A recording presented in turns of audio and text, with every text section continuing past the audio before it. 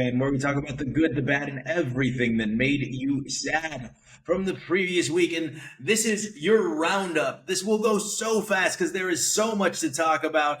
And we're going to start in the world of college football that had us saying, live and let, don't live anymore, because everyone, it seemed, with a ranked team lost over the weekend in college football.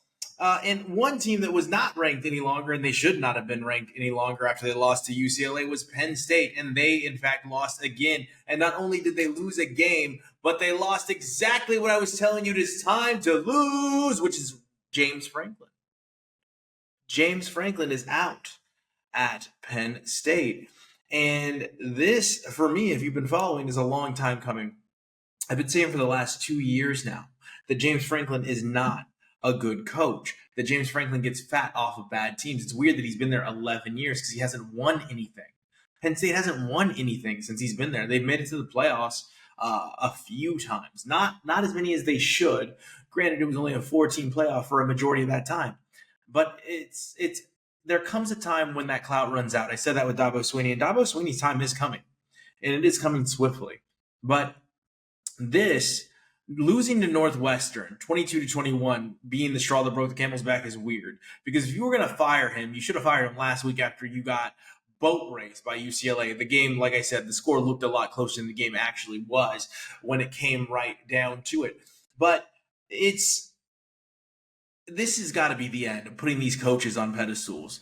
Now, the reason I say that is because these coaches get these ginormous contracts and then complain and moan about the pressures of the job. Well, that's what you're getting paid for. You're getting paid for the pressures, to handle the pressures of the job. You're getting paid to put a winning product on that field. You're getting paid because you have all of the resources that Penn State has to offer at your disposal, all of the tradition that Penn State has at that school at your disposal, and you still cannot put a winning team on the field to compete with other teams. And this year, you buried yourself, Franklin, because you came out and said that this is the most talented team you have ever had at Penn State. And what did you do? Go 3-3 in the first 6 games. That's insane. That's insane. And you're losing to teams that Penn State, frankly, should not lose to. So goodbye, Franklin. And I hope we don't have to have this talk again. Now let's talk about a coach that's clout only seems to be building. Let's talk about Kurt Signetti over at Indiana. And they played Oregon this weekend, and they beat Oregon this weekend, and I did not see that coming. They beat Oregon in Oregon. That's crazy. That's absolutely insane for an Indiana team to go into Oregon and handle Oregon. And Mendoza looked phenomenal against this Oregon team, and Moore did not. In fact, Moore threw a couple interceptions that sealed the game for Indiana. Is Dan Lanning the new Franklin? That's what we need to ask ourselves. And it's all going to come down to, if they make the playoffs this year, what they're able to do in the playoffs. Because Oregon has no business losing this early either. Oregon has no business losing to Indiana. And frankly, I think we need to stop talking some smack about Signetti, because that guy has taken an Indiana program that is, in fact, an afterthought and put them in the forefront of our brains as it pertains to college football the last 2 seasons. We are all talking about Indiana, and we need to not let this go by the wayside. We need to recognize that that is not a school that should be as successful as it has been under Signetti, that is a school that has no business competing with the likes of an Oregon, that has no business competing with the likes of a Penn State, and they are. They have no business getting a quarterback like Mendoza in the transfer portal, and they did. It's time we start putting Kurt Signetti on a pedestal. I know I said enough with this putting coaches on a pedestal, but if you can do it in Indiana, I really hope he does not leave. I hope he's able to turn Indiana into a powerhouse. I really do, because right now that team is fun to watch. They're in games that you want to turn on, that you want to tune into, because the Oregon game had scoring, it had defense, it had everything you wanted. And quite frankly, that's what we're tuning in for. We're tuning in for 2 good quarterbacks in Moore and Mendoza. We're tuning in for 2 good teams in Indiana and Oregon. And we had a top 10 matchup that was worthy of a top 10 matchup, not a fake preseason rankings top 10 matchup. And I'm not just talking about the preseason fake top 10 matchups. I'm talking about the top 10 matchups we get out of the SEC and now the Big Ten. because or the ranked matchups, because honestly, Illinois had no business being ranked as high as they were. Why are they at 17? Because they beat a USC team after they got completely demolished by Indiana. Like 63 points were put up on them, and they're going to be ranked 17 because they beat USC, a USC team that's just okay. That makes zero sense. And we're getting more and more of those to kind of force these teams up into the playoff when they may not be that good or as good as advertised. Ohio State, in my brain, still hasn't played anyone. They haven't proven anything to me. Yes, they have athletes all over the field, but that means nothing to me right now because I don't know that when it comes down to it, they're going to be able to compete with tough teams. And I think the toughest team they might have left on their schedule is going to be Michigan. And Michigan doesn't look good, and Michigan's no longer ranked after they lost to USC. A USC team that lost to an Illinois team that's not good. So we really need to take a step back and really look at how we're doing these measurements, because does Missouri belong at 14? Yeah, they're undefeated, but who did they play? Who did they play? They're ranked 14th because they're undefeated after playing nobody. It's ridiculous. And we saw that in our big game, the Texas-Oklahoma game. Well, I guess Indiana-Oregon was their big game. But the game that more people probably tuned into was Oklahoma-Texas. Because we keep trying to give Arch Manning the benefit of the doubt. We keep wanting to tune in to see what Arch Manning has. Can Arch Manning turn it around? Can Arch Manning make something happen and be great? I think right now they're hiding him. I'm not a huge fan of how Steve Sarkisian has been calling games, but he sees more than we do, right, in practice. So there has to be a reason behind that. There has to be some reason why Arch Manning is not being asked to make tough throws. Arch Manning is not being asked to read the defense. And I don't know what it is. It could be that every time we see him go a little bit downfield or we see him throw the ball a little bit deeper, that the ball just doesn't have that zip on it, that he's missing. He's missing high, he's missing low. He's not able to hit the target. And it's confusing, it's perplexing for a quarterback that was so highly touted coming out of high school, sitting behind Quinn Ewers for the last 2 years, to be not on top of it. We'll see what happens moving forward. But right now, that was Arch Manning's first top 10 win. And I'm sitting back here thinking, did it deserve to be a top 10 win? Did Oklahoma University deserve to be a top 10 team? We're in a really weird spot. In week 7, nobody's played anybody. What is going on with this? Because even some of the really good matchups we've seen, you look back, the teams that were playing, one of them's not ranked anymore, one of them's barely ranked. And it makes the judgment that we have for a lot of these games very confusing, because you're looking at these teams thinking, oh, they're going to be great on paper, and it's all on paper. The entire ranking system appears to be on paper or to lift Big Ten teams or SEC teams into the playoff and keep out some lower tier teams that could be better than the teams that we're seeing in these conferences. It's tough to say until bowl season, because like I said, right now we're sitting in week 7 and you've got these teams that are ranked so high. Penn State was ranked insanely high. Nobody knew that they were going to lose 3 in a row. Maybe 1 to Oregon, but then dropping a game to UCLA and then dropping a game to Northwestern directly after that. It just doesn't make any sense for that team to be ranked so high and then perform so poorly. Texas is a team that was ranked high, and they have lost, except for this game against Oklahoma, every good game or good matchup that they have had. So what is this a sign of? Is this a sign that Oklahoma is good and they simply lost? Or is this a sign that Texas is good and Oklahoma is great and Texas got them on this day? Texas's defense looked phenomenal, but I have to say, it's hard to sit back and go, Texas is a good team. Texas deserves to be ranked. The things I know, Ohio State, yeah, they're a good football team. Ole Miss, I believe they're the best team in the SEC. You heard me say it a couple weeks ago. But at the same time, they almost lost to a Washington State. So it makes it very confusing, because I'm going to stand by it. I'm going to stand on it. Ole Miss is the best team in the SEC.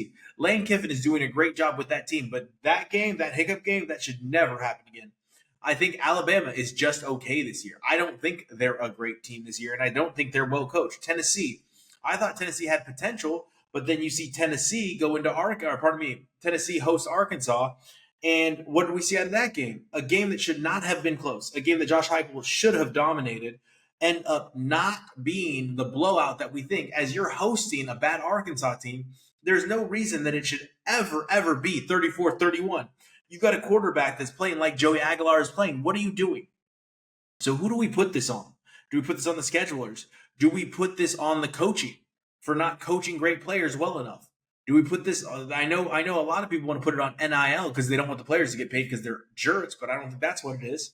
So what is it? What's causing us to not be able to see greatness where it lies? Because I don't think Notre Dame is that good, but all of a sudden Notre Dame is thrust back into the top 15.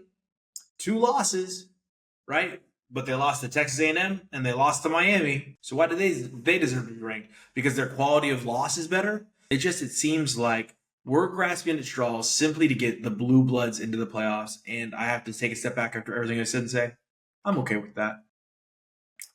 Throw one Boise State in there. Throw one Hawaii in there. One Memphis. One UNLV. But we don't need a bunch of them. I'm okay with watching the Blue Bloods, and I'm okay with throwing one Cinderella possibility into the mix, but I don't want to watch bad teams go into a playoff and play badly like we saw last year. Finally, Texas Tech, after beating Kansas, continues to be the best defense we've seen in a while that doesn't get talked about, and I think they're the best defense in the NCAA. I think that this defense is a defense that can go deep into the playoff, but they're not getting the shine that they deserve simply because, again, people are thinking they haven't beaten anybody. But then you look at a team like Utah, who they did beat, and you think that Utah, I think, is just underrated. I think they're a criminally underrated team. Utah actually looks like a good football team, and we saw that against Arizona State over the weekend. If we're going to do this with Notre Dame, we need to do this with Texas Tech too. Texas Tech is a very good team with a very good defense that we've seen proven, and it's time for them to get their due. So, the NFL, the Eagles go down. So much happened in the NFL this weekend. Literally so much, just like college football. It's so hard to keep up with. But we see the Eagles lose because they have according to Lane Johnson, and I'm just going to paraphrase here, a boring offensive game plan. I don't want to get sued by Lane Johnson. I don't want him mad at me because he's a giant man. But honestly, all he said is it's time to switch up the playbook, and it really is. For a while now, they've been doing the same thing, same tricks, and now you got Saquon Barkley, who is a very exciting back, getting stopped because they know what you're going to do. It is time for Nick Sirianni to really show us that he's a good coach, not just a Super Bowl winning coach. I think those two things should stop being considered to be synonymous, just like a good quarterback, a Super Bowl winning quarterback. Those two things are not synonymous, okay? So if Nick Sirianni wants to prove that he's a very good coach, it's time for Nick Sirianni to go out there and coach. It's time for us to see something different out of this Eagles offense because they were exposed by that New York Giants defense. They were exposed by that pass attack that the New York Giants have. That Giants team showed everyone that the Eagles are vulnerable, and they are vulnerable. Make no mistake about it. Because I had people coming out of the woodwork saying, why haven't you mentioned the Eagles? Why haven't you talked about the Eagles being good? And it's because I think that they're an upset waiting to happen. I think they're good and they're going to make the playoffs, but they're an absolute upset waiting to happen. They are riding too high right now. And in reality, they are very beatable. Until I'm shown differently, they are a very beatable team because I don't know if Hurts has it in them. I love the 2 receivers. You love an A.J. Brown. You love a Devontae Smith. You love all the weapons. You love Goddard. You love Saquon Barkley. Why aren't you using them on a consistent basis? This team on paper should be a Madden arcade team, blowing out teams, and instead they're losing to the likes of the New York Giants. Also, Raiders fans, stop overreacting. You beat the number 1 draft pick, so starting rookie quarterback with no offensive line, Tennessee Titans, and you only did it 20-10. All right? This is not a good team. This team is not a well-coached team. Chip Kelly, I don't know what is going on with that Chip Kelly offense, but it's been boring to watch. It's been executed poorly. Patrick Graham is a terrible defensive coordinator. Obligatory. Have to throw that in every week. So no, we're going to own this one. We're going to accept it, but we're not going to think the fortunes have changed for the Raiders. This was a game that they should have won, and they did win. That's all. That's literally all. That's all that game meant to the Raiders. And can we stop sending the toilet bowl games over to England? Because, wow. Or you know what? I guess send them to England because you don't want to watch them in America. But the Denver Broncos New York Jets game, one of the worst games ever played, ever in the history of the NFL. That game was awful, and it should have never existed. And at this point, as it pertains to the Miami Dolphins, I just feel bad for them. I don't know what Mike McDaniel doesn't know what to do anymore. Tua Tagovailoa talks way too much and puts his team down way too much, as he outed some of his teammates for showing up late to meetings, not taking it seriously. Instead of keeping that conversation in the locker room, he thought about saying it to the press, like, he's out. Tua's out. Like, that's done. He's lost the locker room as he comes out and says stuff like that. Mike McDaniel is obviously gone, but he's gone at the end of this season.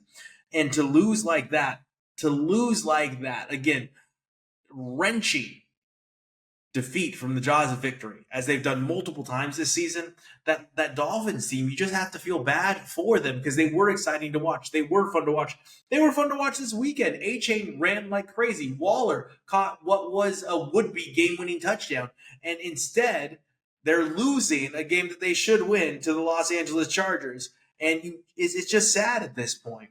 It shouldn't happen. The Rams escaped the victory, though.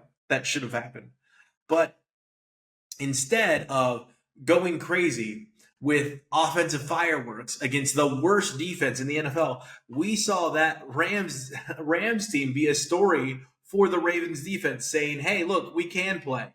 We are better than we've shown. It's our offensive fault, because Matthew Stafford was almost fully shut down in this game against Baltimore. There was no running game to speak of. They had no business winning this game against Baltimore, but Baltimore is starting Snoop at quarterback. So that's going to get you what you get. They started, I think, the game with Cooper Rush and then put in Snoop. But you're going to get what you get with these two quarterbacks.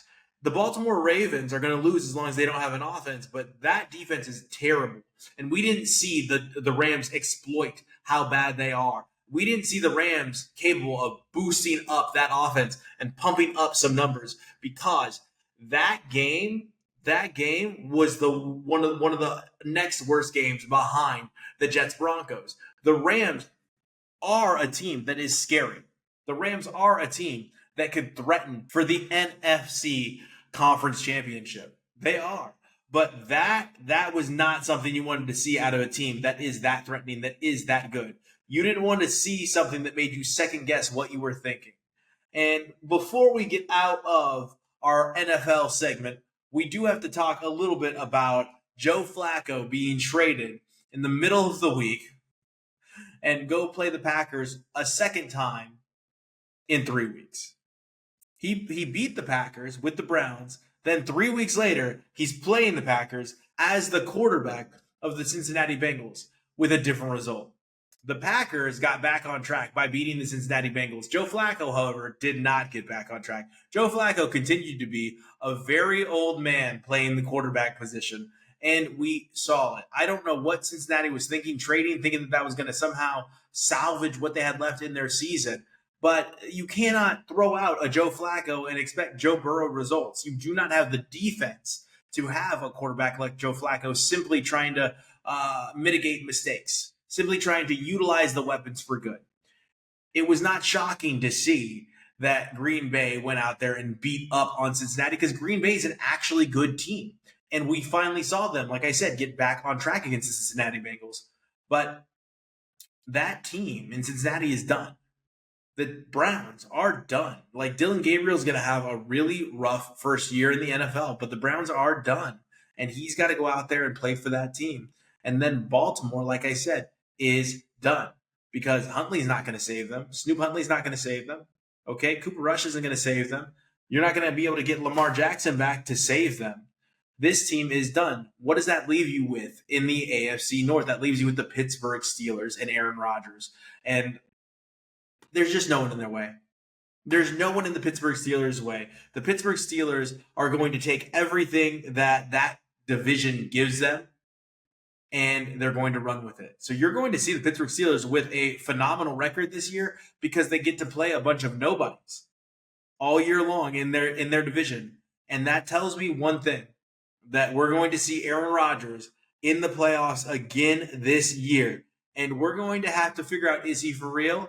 And I'm going to make a prediction right now. That is a first round out in the playoffs if I have ever seen one. Let's give you our final topic, and then we're going to give you our bet of the week. The Las Vegas Aces now have officially won their third championship in 4 years. That team is a dynasty in the WNBA. That team is fantastic, and Asia Wilson is hurt. A big congratulations to Becky Hammon, Asia Wilson, and the Las Vegas Aces, Chelsea Gray. They were fantastic the whole back half of the season.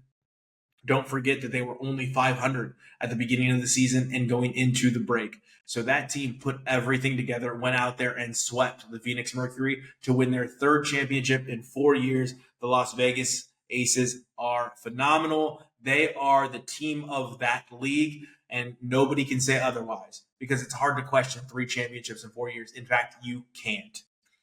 The bet of the week, the Buffalo Bills are a 3.5-point favorite. They are going to beat the Atlanta Falcons by more than 3.5 points. The Buffalo Bills are going to win, take Buffalo, even with them giving up 3.5 points.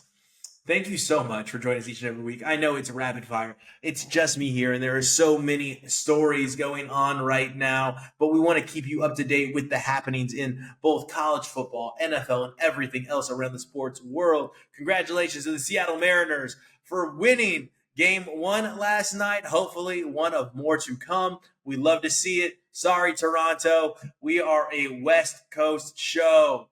We will see you next time.